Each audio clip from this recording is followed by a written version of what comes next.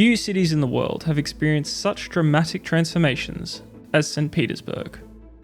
Born from imperial ambition, shaped by revolution, scarred by war, and reborn through resilience, St. Petersburg has stood at the crossroads of Russian history for more than 3 centuries. From the moment it was founded in 1703 by Tsar Peter the Great, the city was designed to be something extraordinary, not merely another Russian settlement, but a deliberate statement of power, culture, and direction. Unlike the ancient cities of Russia, St. Petersburg did not evolve slowly over centuries. Instead, it was built quickly, carved out of marshland and mud by decree. Peter the Great envisioned a new capital that would look westwards, towards Europe, rather than inward towards the traditional heartlands of Muscovy, and in doing so, he reshaped the course of Russian history. Over the next 200 years, St. Petersburg would become the glittering center of Imperial Russia. Home to tsars, aristocrats, and intellectuals, it would witness revolution, endure one of the most brutal sieges in human history, and later emerge as a symbol of Soviet endurance and cultural pride. Today, the city once again bears the name St. Petersburg, but beneath its palaces, canals, and grand avenues lies a layered history of ambition, creativity, and survival. This is the story of how St. Petersburg was made, and how it helped shape modern Russia. At the dawn of the 18th century, Russia was a vast empire, but an isolated one. Much of Europe regarded it as distant, backwards, and culturally removed from the Western world. Tsar Peter I, later known as Peter the Great, intended to change that. After travelling extensively through Western Europe in the 1690s, Peter returned convinced that Russia needed radical reform. He modernised the army, reorganised state bureaucracy, and attempted to westernize Russian society itself. But one problem remained. Russia lacked a major port to connect directly to Europe.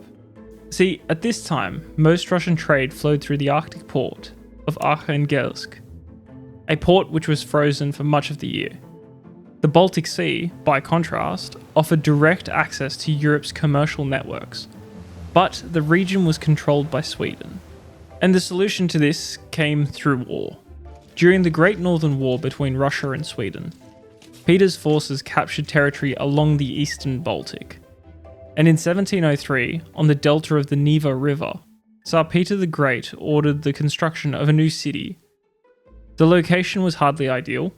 The Neva Delta was a swampy floodplain filled with mud, marshes, and mosquitoes. Seasonal flooding was common, and much of the land barely sat above sea level. Yet the Tsar insisted that this was where Russia's new capital would rise. Construction began on the Peter and Paul fortress. Built on Sayachi Island, around it workers began draining the marshland and driving wooden piles into the mud to create stable foundations. Tens of thousands of labourers, including soldiers, peasants, and prisoners of war, were brought in to build the city. The conditions were brutal. Workers regularly laboured in freezing winters and disease-ridden summers, leading to the death of many during this construction. However, while the deaths increased, the city grew rapidly. The Tsar issued strict decrees to accelerate building. Stone construction was banned elsewhere in Russia so that all available masons would be forced to work in the new capital. And nobles were ordered to build houses in the city or face punishment. Within a decade, St. Petersburg began to take shape. And unlike Moscow's winding medieval streets, the new city was carefully planned. Wide avenues, canals, and European-style architecture reflected Peter's vision of a modern capital. And in 1712, the imperial court moved from Moscow to St. Petersburg. The new city officially became the capital of Russia, with the Tsar calling it his window to the west. Over the 18th and 19th centuries, St. Petersburg grew into one of the grandest cities in Europe. Under Peter's successors, particularly Empress Elizabeth and Catherine the Great, the city underwent massive expansion. Italian and French architects were invited to design palaces, cathedrals, and public buildings, with the Winter Palace overlooking the Neva River becoming the residence of the Russian Tsars. The Hermitage, originally Catherine the Great's private art collection, grew into one of the largest museums in the world. And during this time, St. Petersburg quickly became not only Russia's political capital, but also its cultural centre. The city attracted writers, composers, philosophers, and artists. And during the 19th century, St. Petersburg produced many of Russia's greatest literary figures. Alexander Pushkin, often considered the father of modern Russian literature, lived and worked in the city, and later, writers such as Fyodor Dostoevsky and Nikolai Gogol would capture its dark and complex atmosphere in their novels. For example, Dostoevsky's Crime and Punishment is deeply tied to the streets and psychological tension of St. Petersburg, and it was here, beneath the city's glittering imperial surface, that growing social tensions would begin to fester. See, St. Petersburg was a city of extremes. The wealth of the aristocracy stood in stark contrast to the poverty of factory workers and labourers. St. Petersburg's rapid industrialization in the 19th century drew thousands of migrants into the crowded districts, offering work for peasants while building greater and greater wealth for the rich and powerful of the city. And by the early 20th century, St. Petersburg had become not only a cultural capital, but also the centre of political unrest. Revolutionary movements began to take root among the workers, intellectuals, and students, and soon the imperial city would become the birthplace of a revolution. By the end of the 20th century, the Russian Empire was under immense pressure. Military defeats, economic instability, and social inequity had created widespread dissatisfaction with the Tsarist government. In 1905, protests erupted in St. Petersburg, after peaceful demonstrators marching to the Winter Palace were fired upon by imperial troops.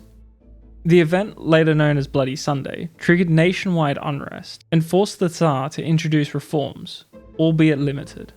But deeper tensions remained unresolved. In the years that followed, St. Petersburg became one of the most politically volatile cities in Europe. Workers organised strikes, intellectuals debated revolutionary theories, and underground political groups expanded rapidly. Marxist organisations, socialist movements, and anarchist groups all competed for influence among the growing urban working class. Then, in 1914, with the onslaught of the First World War, the Russian Empire entered the conflict, with the war quickly becoming disastrous. Military losses mounted as food shortages spread, and the Russian economy deteriorated. Amid rising anti-German sentiment, the city's name was changed from the German-sounding St. Petersburg to the more Russian-sounding Petrograd. But the name change did little to calm the growing crisis. And by 1916, the city was facing severe shortages of food and fuel. With inflation soaring, bread lines stretched through the streets while many families struggled to simply survive the winter. And at the same time, confidence in the imperial government continued to collapse, especially after scandals surrounding the controversial mystic Grigory Rasputin, whose influence over the royal family damaged the credibility of the monarchy. And by 1917, Petrograd was on the verge of collapse. In February, strikes and protests erupted across the city, with demonstrators demanding food, peace, and political reform. Factory workers left their jobs and crowds flooded into the streets. Soldiers were sent in to suppress the crowds, but many instead joined them. And within days, the imperial government had lost control of the capital, forcing Tsar Nicholas II to abdicate the throne, and bringing an end to more than 3 centuries of Romanov rule. After this revolution, a provisional government attempted to stabilize the country, but it faced enormous challenges. Russia remained locked in the First World War, with the economy continuing to deteriorate and political divisions deepening, all while revolutionary councils known as Soviets gained influence among workers and soldiers. And later that year, in October of 1917, the Bolsheviks led by Vladimir Lenin launched a second revolution. Lenin's forces seized key buildings across Petrograd, including railway stations, telegraph offices, and government headquarters, with the takeover being swift, and within just one day, Lenin had seized power and now sat as the head of state. The Winter Palace, once a symbol of imperial power, had now been stormed by Bolshevik fighters, and the Russian Empire had fallen, ushering in the Soviet era.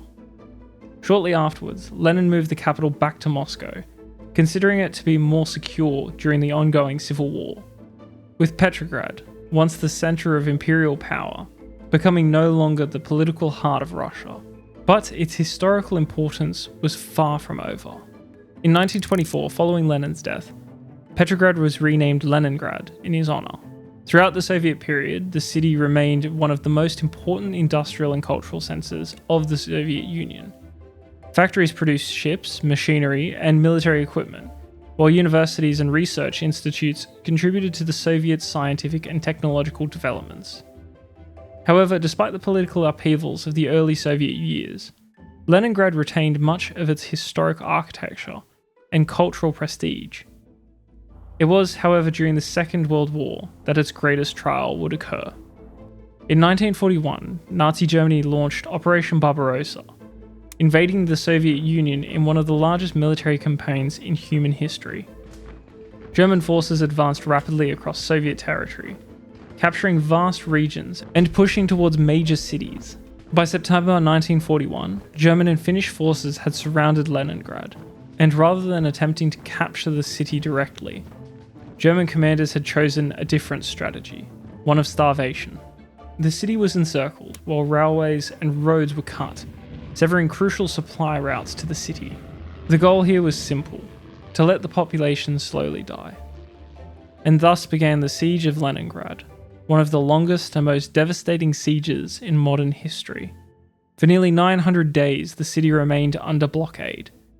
Food supplies dwindled rapidly, with rations being reduced to just a few hundred grams of bread per day, and even that bread was often mixed with sawdust, cellulose, or other substitutes to stretch supplies further.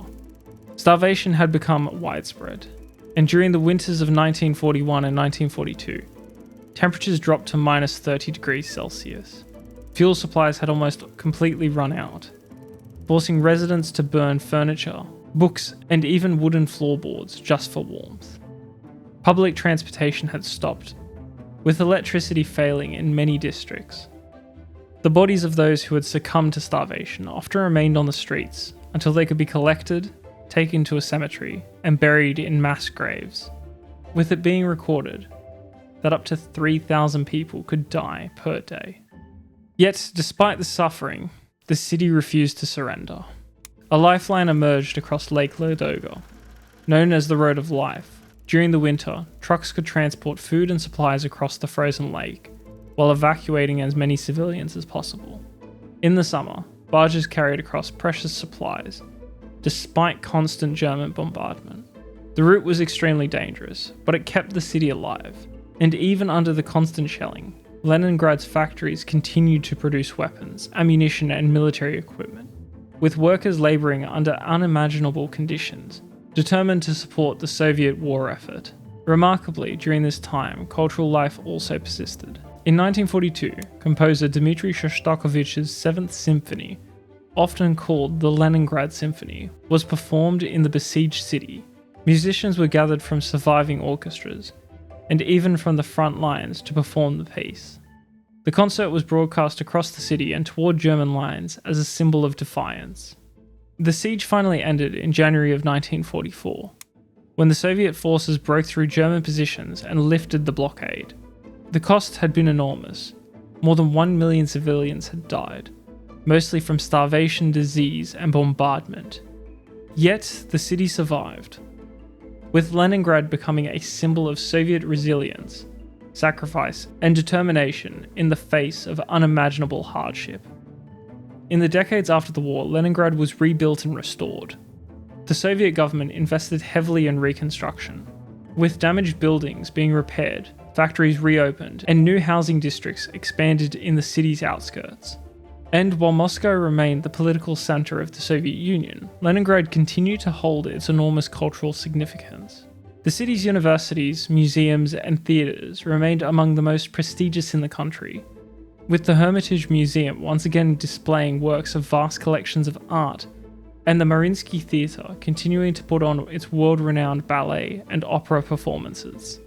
At the same time, everyday life in the Soviet city reflected the realities of the Cold War.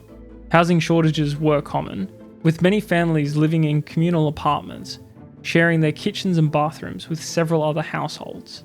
Consumer products were also often scarce, Long queues for basic products became a routine part of daily life. Yet Leningrad had retained its distinct identity within the Soviet Union, and its notoriety for being a place of intellectuals, artists, and engineers. A place where history and culture often remain deeply intertwined in the modern Soviet life. Then in 1991, with the collapse of the Soviet Union, another transformation took place. In a public referendum, residents voted to restore the city's original name, and Leningrad once again became Saint Petersburg. The transition from Soviet socialism to a market economy was difficult. Many industries collapsed, unemployment skyrocketed, and economic instability affected millions across Russia. But over time, St. Petersburg began to reinvent itself once again. Historic buildings were restored, and tourism increased dramatically. The city's architectural heritage, its canals, its bridges, and its palaces all attracted visitors from around the world, helping St. Petersburg to re-emerge as a major cultural centre. Its museums, theatres, and universities still remain among the most influential in Russia, and the city continues to produce artists, writers, and filmmakers who shape Russian culture today, all while at the same time holding a unique place in Russia's political life. St. Petersburg was the hometown for several influential political figures, including Vladimir Putin, who grew up in the city during its Soviet era. St. Petersburg is not merely a city, but a reflection of Russia's turbulent history. From Peter the Great's ambitious experiment in westernization, to the cultural brilliance of the Imperial era, to the revolutionary upheavals of 1917 and the horrors of wartime siege, the city has repeatedly been forced to reinvent itself. Yet, through all these transformations, St. Petersburg has endured. Its grand boulevards and canals still echo with the legacy of emperors and revolutionaries, artists and citizens who lived through its many upheavals. Few places in the world contain so many layers of history within a single landscape. From a city that rose from mud and water, it became one that shapes Russia's story to this day. Thank you for watching. Oh, and if you found this interesting, please do like and subscribe. Okay, thanks, bye.